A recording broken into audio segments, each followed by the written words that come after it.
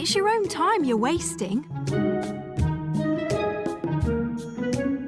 Ramblings from Beyond the Classroom with Marie and Jodi. Hello and welcome to It's Your Own Time You're Wasting. I'm Marie, English teacher, and my co-host is Jodi. And I'm a maths teacher. Welcome back. Today we are talking about behaviour management, and our title this week is 3 Strikes and You're Out. How did you find behaviour management, Marie, when you were a teacher? I have to say I found it one of the most difficult parts of the job, and my one technique was to get the pupils on my side. Agreed, yeah. That was it. That was the only technique I had. And if I ever Absolutely. failed to get them on my side, I was then lost. But I was very lucky because I was a Senko in my first job. So I only had classes of 20 and I always had a teaching assistant in with me. Oh, okay. And so that made a huge difference, the behaviour management. And those pupils were sort of willing to like you and trust you. Yes, definitely. Yeah. What about you, Jodi? How do you find it? I just don't feel like I ever got it right. Same. So when I was at NQT, I was in a department that was mostly male, which is quite common in maths departments. There's much more male maths teachers than female maths teachers. Yeah, that's much more unusual in an English department. Yeah. And there were other women, but they were all part-time and towards the end of their career. And all the men were in their 50s and kind of, a lot older than me. Yeah. And my NQT mentor was the assistant head. She was assistant head. So I wasn't getting behaviour management right. And I kind of went to my mentor and was like, I'm not really getting this right. Yeah. And she was like, well, this is what I do. And I was like, but that's not going to work because I'm not the assistant head. Yeah. So I went to the other men in the department and they said, this is what I do. But how a 50-year-old man can do behaviour management is not the same as a 23-year-old woman. No. So until the person who I describe as my mentor started, which was at October half term, I just had no advice. I just had no idea how to start it. And even then, he was a he, and that is different. And he was 5 years into his teaching at that point. So he had really, really good skills. And I just couldn't quite make it work. Yeah, I think that is the really tricky bit when you're new and you're not established. Yeah. Once you're established, it does get easier, doesn't it? Yeah, I think that's probably true. What do you think, Jodi, is SLT's role in behaviour management? I think it's actually quite difficult because you need them to support you and you need to be able to escalate to them, but without undermining yourself. Yeah, absolutely. So I had an experience, sent a kid out and the head department sent them back in because they were like, it's too early in the lesson to be sending someone out. And I'd sent him out because he'd come in like an idiot. Yeah. So I'd sent him outside to cool down and then he was going to come back in. And in the head of department's defence, he thought he was out for the rest of the lesson, which he wasn't. He was out for a cool down. Right. But the kid thought he was out for the rest of the lesson and had told the head department that. So he sent him back into my classroom and I was like, but you're undermining me here. Yeah. Because he's not out for the rest of the lesson. He's out to cool down because he came into my classroom effing and blinded and I'm not having it. No, absolutely. So that wasn't right. But then he was trying to be supportive, I guess. Yeah, sure. But yeah. You have to be really from the same page, don't you, really, with SLT and behaviour management. And I think if you're in a school where there's a bit of us and them between the teachers and SLT, that's not going to work.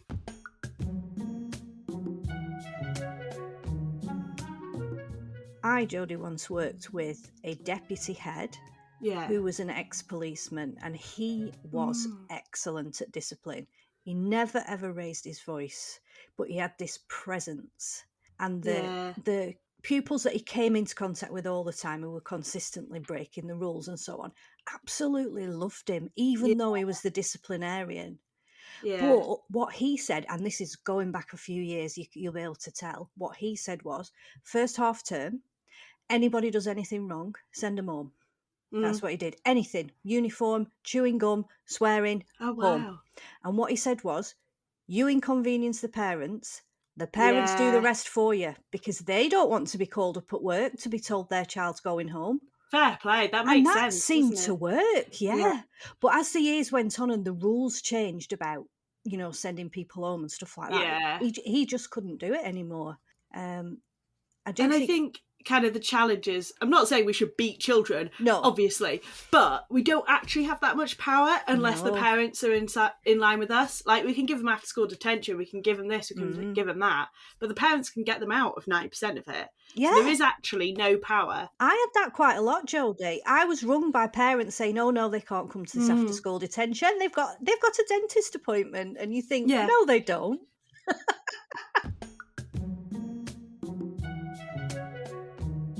Jodi, yes. How do you feel you were equipped by your teacher training before you even got a job in a school? Oh, there's a story here, Marie.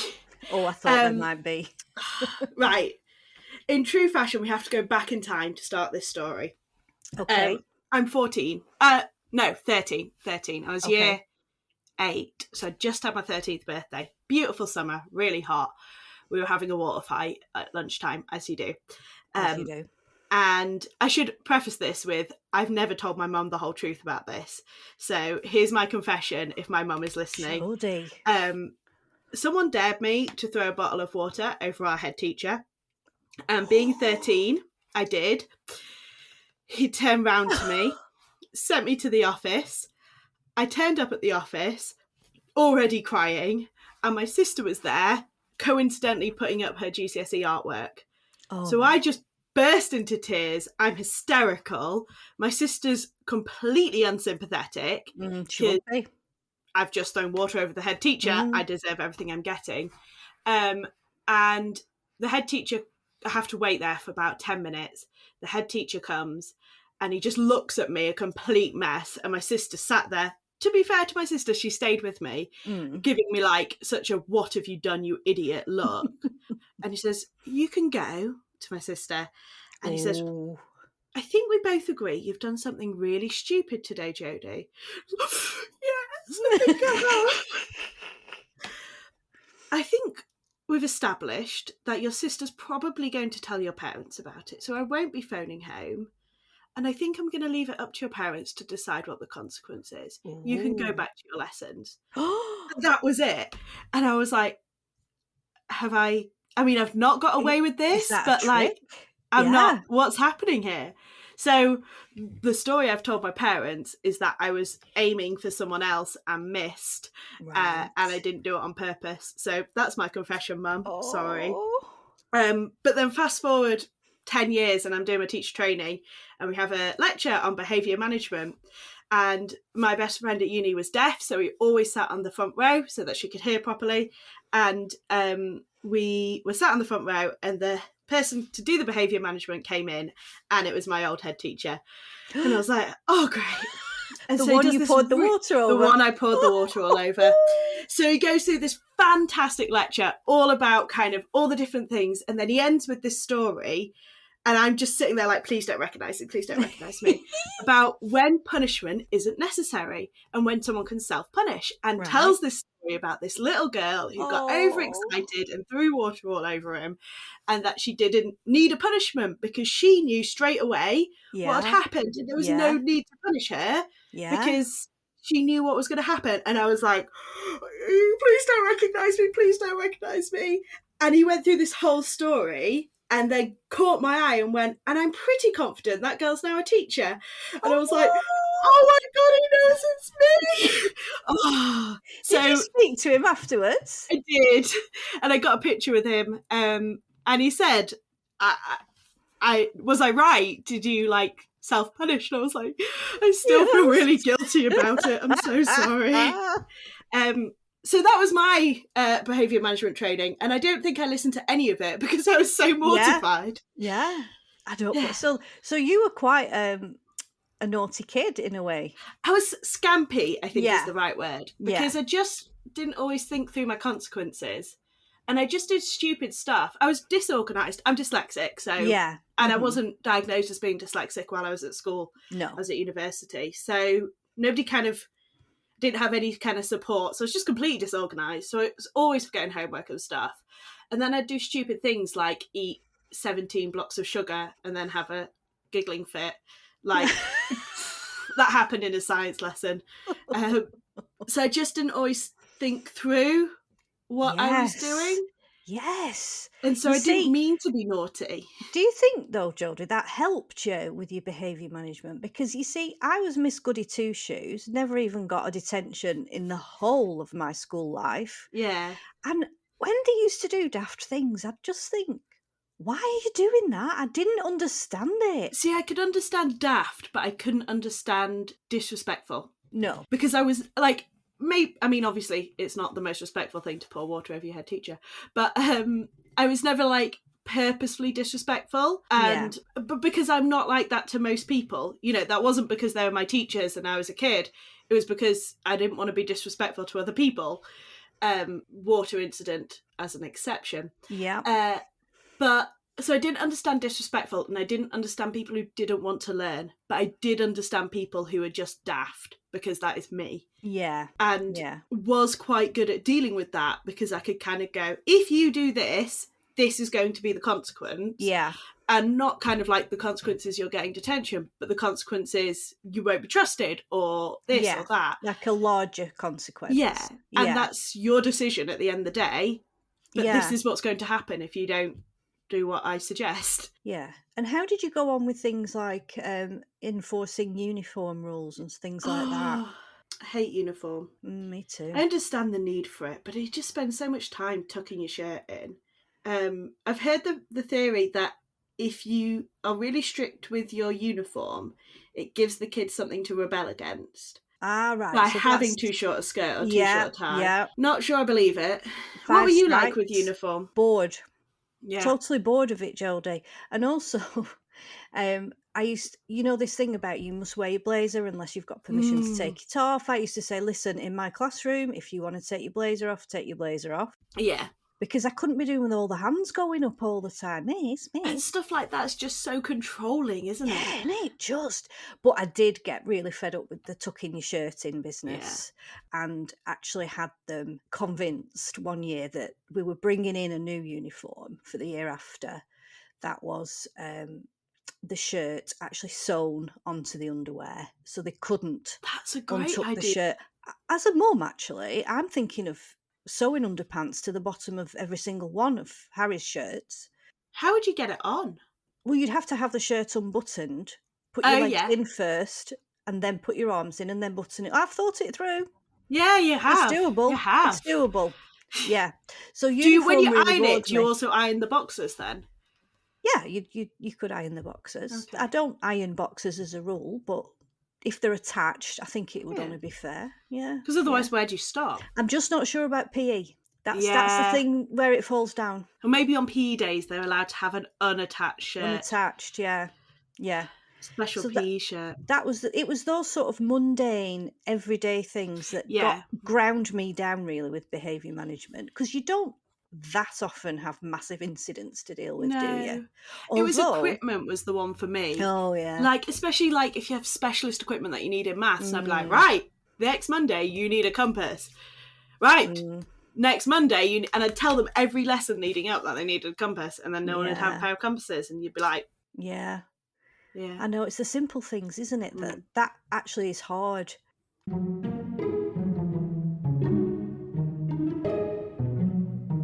It's your own time you're wasting. So why not stick the kettle on, put your feet up and have a cuppa? Ah, bliss.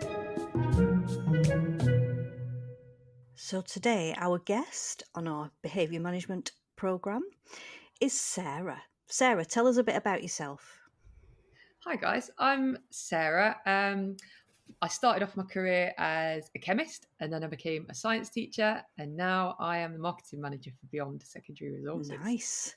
So all that awesome stuff you see on Facebook, that's all Sarah. Yeah. My team, yeah. And that little plug there for the social media. So how did you find behaviour management, Sarah, when teaching? Do you know what? It was one of the aspects that I quite enjoyed, because I think I was all right at it, actually. When I first started, I remember in university when I was doing my PGCE, and they told us about, like the 3 strikes and you're out sort of system that we all are so familiar with. I do remember being a bit bewildered, because I was like, right, I understand, like there's a something and then it escalates and then it escalates and then you have to deal with it. I do remember the first time as an NQT getting a kid to stay behind because they've been larking around in my lesson. I remember thinking, hang on a minute, no one's ever taught me what you do when you've got them. The rest of the class is gone, and they stood there, and I'm like, oh, I don't know. I can't. Who knew though? So I just had a little word, and then sent them on their way. But I did find that if you got them on side, which, like you mentioned, Marie, if you can get a kid on side, then they don't want to misbehave for you to some extent. You've got that advantage as a younger teacher, I think. Because they want to impress you. Yes, you're more likely to get that on you. And I used to find if I ever sent them out quite a powerful question, instead of having a go at them or whatever, it's just to say, are you okay? What's the matter? And very often there would be tears. And you'd find out something had happened either overnight or earlier in the day that had sort of put them off kilter a bit. And then that's how the behaviour was manifesting. Oh, I like that. So as I sort of progressed through my career, so I started off in quite a nice leafy village school, and sort of big behaviour incidences that I can remember were things like kids selling contraband chocolate at break time, selling fizzy pop, and I remember thinking, oh my goodness, that's so naughty. Really? And then I would have been buying it. One lad, he used to sell milk tray, and you used to be able to buy them singly. Individual. Oh, that's brilliant. So then I remember, I was a science teacher at that school, and then I went to become a head of science at an SEN school, where it's marketed as an SEN school, but it was really more of a behavioural school. And I remember thinking, my behaviour management is excellent because, well, actually what had happened was I'd really just worked in a very, very, very nice school to start with. Yeah. I went to this school and I was like, well, 3 strikes and you're out. And this is a system that's always worked for me. And I just thought, wow, 3 strikes and the whole class is out in the first 10 minutes. It isn't going to be working for me anymore. No. And I remember, no, I'll stick to my rigid system. I will do this and it will work. It's always worked for me. And it really didn't. And it was the teaching assistants that took me to one side. Kids swear in this school. Not only do they swear, they will swear at you. And I remember thinking, well, I'm not going to accept that as a teacher. But they're in a behavioural setting for a reason, aren't they? Yeah, I guess so. But does that mean you have to lower your standards? Yeah, that's what I struggled with. And I thought, I'm not lowering my standards because I have high aspirations and they're conflicting ideals to me. But it's not about lowering standards. It's about understanding why they're like that, what's led them to be like that. I guess particularly with swearing is sometimes, like, I swear more than my parents because it's just part of my words and it doesn't have the same impact as it would if my parents or my grandparents swore. And like, I think I heard my grandma swear once in her life because it just wasn't done. And so it's kind of like, maybe it is just more cultural that they swear at that. And by cultural, I mean like the culture of the behaviour school. And maybe you've got to pick your battles as well.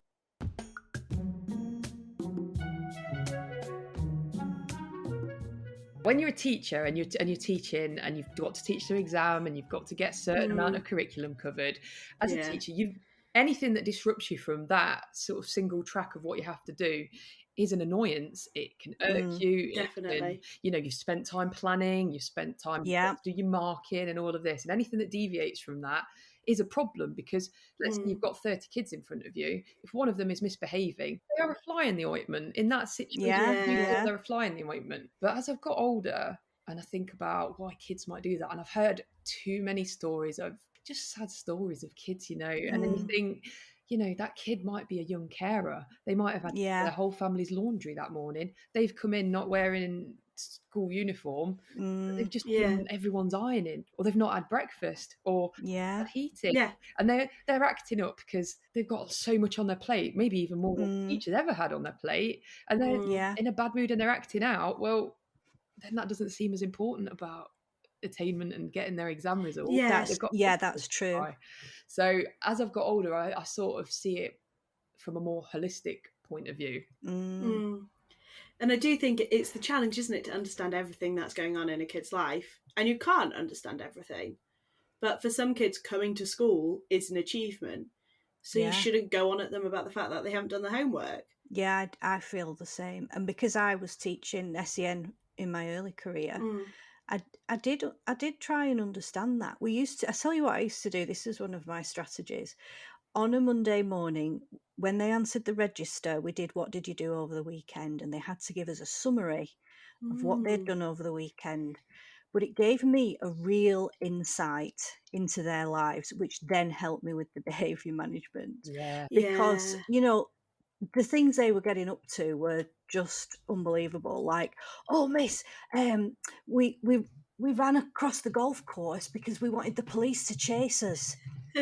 And whoever gets the helicopter up after them wins. This was the Saturday entertainment. Yeah. So then you get a bigger picture of where they're coming from, and I think that really helps with behaviour management. Yeah. I've had, miss, my dad's nicked a load of carpet. Do you need some? What colour do you want? Like, and I love it. And one of the schools I taught at was really near quite a famous festival site, and then when people used to leave tents, like, miss, we've got 2-man tents, 4-man tents. You could don't you find the mischievous ones? Don't you find them just so likable when you? Oh yeah, yeah, they really are. So that was me. I was a mischievous one. I was a mischievous one for sure. Yeah, a lovable rogue. Yeah. What do you guys think of the kind of school mandated behaviour management system? Where you've got like a consequence board up in the classroom, or like you have to write in their planner every time they misbehave. There's kind of lots of variations of the same thing, isn't it? Yes, there are. And there is always a school-wide policy. Well, you say that, but of the 3 schools I worked in, 2 of them didn't have one. Really? That is why one of them got closed down. Okay. My first school didn't really have one. Like, it had a really bad one, and it had a rewards policy, but it didn't have kind of a low level one. Yeah. So it had the extreme, but it didn't have the middle. And then the one of the schools I worked in had nothing. Right. Behaviour was terrible. There was literally nothing. I think the whole thing needs a bit of a rejig, if I'm being honest. I think, for academic success, you put differentiation in place. You do. There's not one lesson will fit every child. Yeah. Why would one behaviour system fit every child? I completely agree. Because the thing that I find with the 3 strikes you're out, or the consequence board, or whatever, version of that it is if the limit is 5, the kid will get to 4 and stop. And that is 100% what I would have done. Oh, right. So you pushed it to the limits, but you didn't go over the line. Not so much, I wouldn't have consciously pushed it to the limit. Right. But when I got to 4, I was with it enough to know to keep my head down and shut up. So I think knowing individual kids in your class, that's of benefit. So some of the places I've worked, you write the kid's name on the board, and then when they've got a tally chart after them to a certain point, that's when it gets dealt with. But then I found some kids see that as a badge of honour, and they get the name on the board, and they're looking around for approval from mates, and look, I've made it. So then I'd do stuff with particular kids like that. I'd get my board marker, I'd go over to the lab bench, because they've always got a shiny top to them. Rather than writing it on the board, I'd write it on there. I'd just subtly write it on there. They know they've got it. I know they've got it. I'd give them a little. I'm quite good with my eyebrows. And I give them a knowing look. I've achieved what I want to achieve, and they've not got the audience. So quite often that would work. Yeah, that was really I had clever. that at one school. We had perspex on every desk. It was really, really good idea, actually, because you could get them to do rough working on there, or whatever it is, or we do a mind map all over it. It was such a cool idea. That. And you could put stuff underneath it, so we'd have these big A3 revision sheets for every exam, or what's bigger than A3? A2 revision sheets. You put that underneath, and they could just write all over it. Oh, you could annotate poems like that. They did that in English as well. Yeah, it was such a good idea. At least one listener's going to have this idea, and they're going to do it. It is 100% worth it. Yeah, it sounds amazing. But I used to, at the beginning of every lesson, the naughtier classes would draw themselves 3 strikes, and all I had to do then was walk over and rub it out. And it was brilliant. And sometimes they'd add another one in, but I knew which kids it would, and I'd do it in a red pen, like a red board marker, and give them a blue pen so I could tell. So but all I had to do was go and rub it out, and it was so easy. Didn't have to say anything, and they'd know what they were doing. And sometimes if they were being like a little bit annoying, I'd rub out half a stripe. Half of it. And so you could do a lot of stuff like that. So you could be like, this is your warning that I'm going to rub it out because you need to amend your behaviour. Yeah. But it wasn't, there was no consequence to the half. It was just like equivalent of a verbal warning or something. Yeah. But what was in some ways good about it is you didn't have to tell them what they were doing all the time and explain why. So they had to kind of self-evaluate as to what they'd done for that to happen. And sometimes I would tell them, but most of the time I wouldn't, because actually they'd be like, oh, I was talking, I need to stop talking. And that in itself was quite beneficial for them. Yeah, I like that idea. I think sometimes as well, like, you know, if they're coming in with trainers or they've not got the right I had one lad and he was, you know, he tried. No, he did not try hard. I don't even know why I said that. He didn't try hard, but he never had any pens. And I would always give him a pen, and then I'd say, "You keep that in your blazer, and then you can use it for all your lessons. That's yours." And then make sure you bring it back to me. He never brought it back to me. So in the end, I used to have a bit of blue tack, and I used to stick a pen underneath one of the science. And I said, "Right, that's your pen, but it stays in my room. So when you come into my room, I can't help you with all your other lessons, but you're always going to have a pen with me." Yeah. And so that small barrier that was always a thing where I had to give him consequences and write it up on Sims, that removed that really easily. The cost of a big biro and a bit of blue tack. So, you know, if you can just show a bit of compassion, I think that can help. Yeah. And I used to have just, and particularly the kind of ones where equipment was a problem, just a big bucket of pens. Just take a pen. I don't care. I'm not paying for them, but take them. Same. Yeah. It's part of your skill as a teacher, isn't it? Behaviour management. You've got to sort of read the room. A skill that I have not yet perfected. I don't think sometimes I have either. Compassion's the right thing, but sometimes you sort of do have to assert yourself. Oh, absolutely. And really have to, I don't know, make them feel like they've met their match. So I had a very sassy year 10 class, and they were really giving me a run for my money. And this was back in a mainstream school at this point, and they were giving it, you know, and their boys were bouncing off each other, and they were like, the noise was escalating. And in the end, I sort of found who I identified as the ringleader. Went on Sims, I found the name of his mum and dad, and I'm just going to make up names. And I just looked at him in the eye, and I just said, come on, what are Karen and Gary going to think about this, eh? And all of them were like, and then, like, I sort of bested him. He was like, "Oh, fair enough, miss." And then I sort of like, I'd won. Yeah, that was excellent. That's smooth. Yeah, smooth.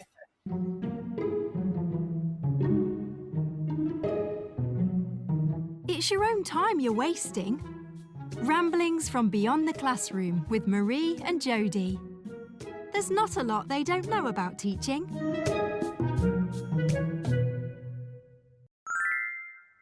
We like to finish with a little thing called 2 Stars and a Wish, where we pick, our stars and our wish from today's podcast.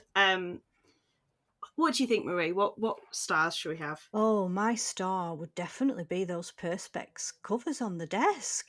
Oh, really? And the possibilities of that are just mind-blowing for me. The one thing I'd say, if you are going to take this as an idea, is make sure you sand down the sides so that they're not really sharp. Really sharp, round the corners. Yeah, so that would be my definite star from this podcast. What about you, Jodi? What's your star? I have to say, I think it's Sarah learning students' parents' names to kind of that was one cool. up them. I think, that's such a great plan. I love it. Yeah, agreed. Are you still with us, Sarah? Yes, I'm here. Good. What would be your star? Do you know what, Marie? I think it's your uniform idea where it's all sewn together. Oh, minimises like obvious problems. Yeah. Get rid of it, and then just crack on with the learning. That's the thing, isn't it? It's those little barriers that mount up and stop the learning from happening. What about a wish, Sarah? Do you have a wish?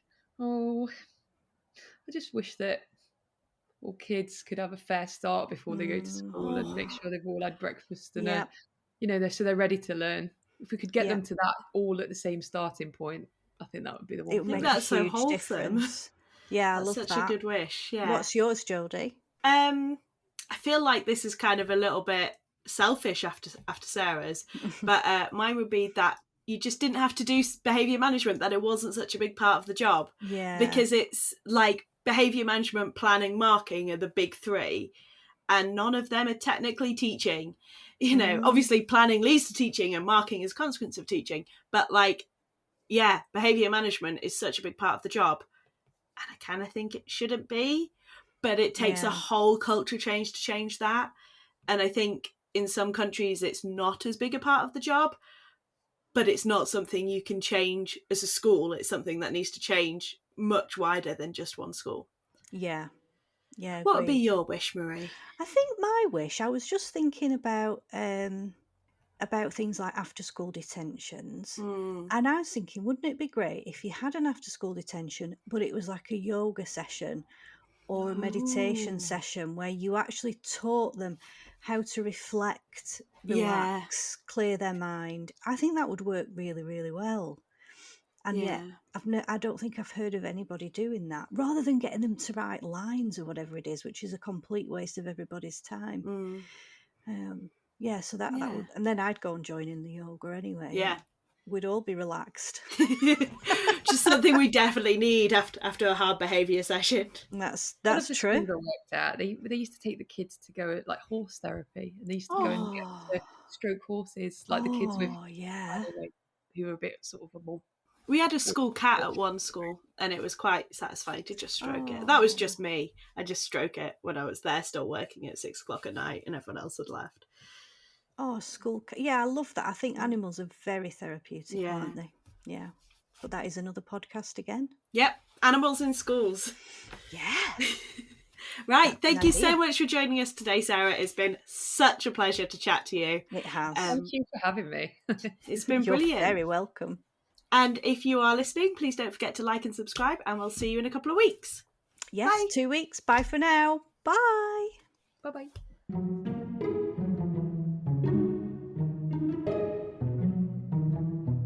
This podcast is proudly produced by Beyond. Please bear in mind the views and opinions expressed are those of individuals and may not represent those of Beyond or Twinkle.